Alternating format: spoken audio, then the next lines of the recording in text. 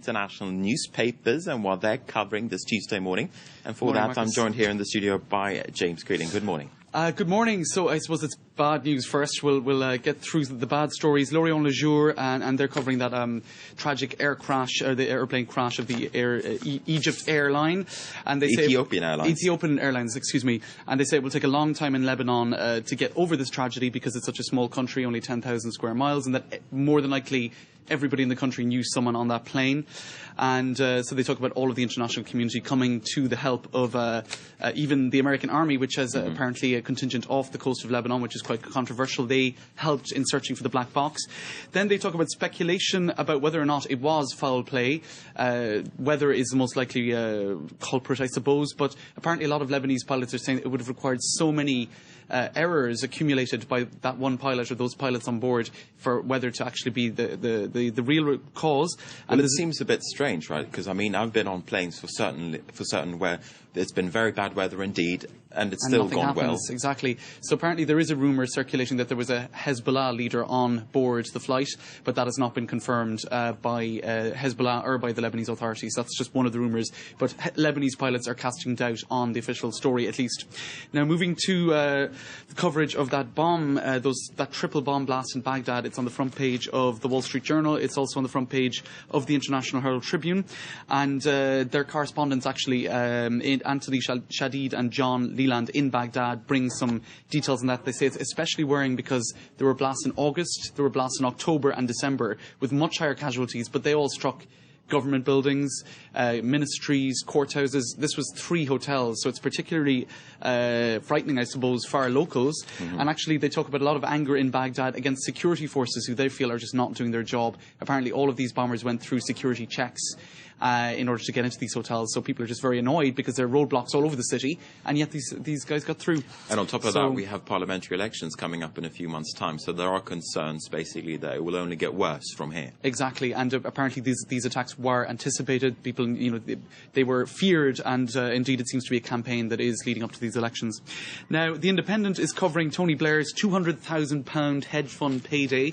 He's giving 4 speeches on geopolitics for Lansdowne Industry, or what's it called? Lansdowne Partners, which is the 4th biggest hedge fund in Europe, and he's been heavily criticised for that because they profited hugely from the financial crisis, buying and reselling shares.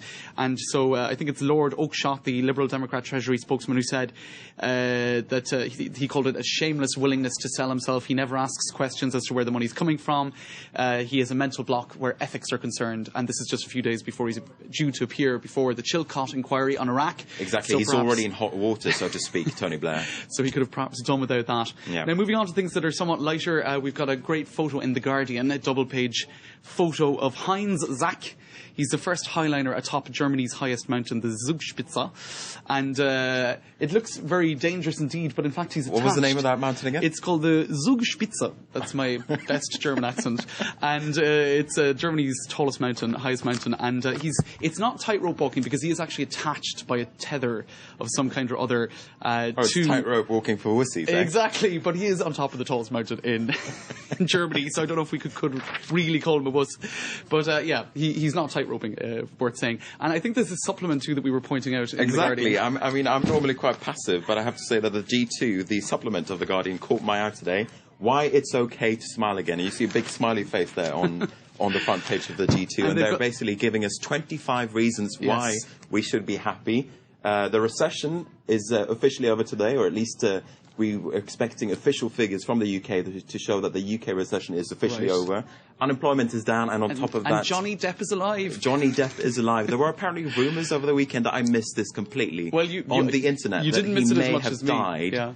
But in the end, it turns out these rumours were just false. He is okay. Everyone can take a deep sigh of Johnny relief. Depp is not dead at all. He's still with us. And apparently, I was reading as well, yesterday was officially the most depressive day of the year. Apparently, they've with some mathematical formulas, they've calculated that the January 25th is officially the most depressing day of the year. So now it's Tuesday the 26th, so another reason not to be depressed anymore. Well, Great. apparently it can only get better from here, from the rest of the year. Good stuff. Now, can we move to just one final story? I'm story? going to stop talking, yeah, go ahead. Just one final story. It's worth talking about. P. Diddy's son, who's and I think on the front page of Le Figaro this morning they're talking about Dior because it's Fashion Week. Well, his son is actually, his second name is Dior, very classy indeed, and he had a huge 16-year-old, sweet 16 birthday party. Apparently, P. Diddy spent about $1 million on it.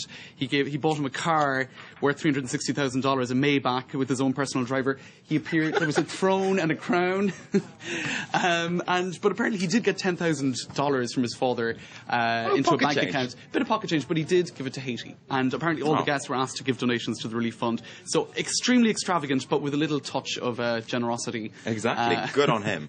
But I'm not sure if what's going to happen to this crown and throne afterwards. I think that's just pure extravagance, really. All right. Anyway. A bling-bling song for a bling-bling rapper. Bling father, yeah. All right. Thanks very much, James Green. A very amusing chat to you this morning, and maybe I've been laughing a little bit too much. Anyway, moving on to our top stories. Voters in Sri Lanka are coming to the polls today to elect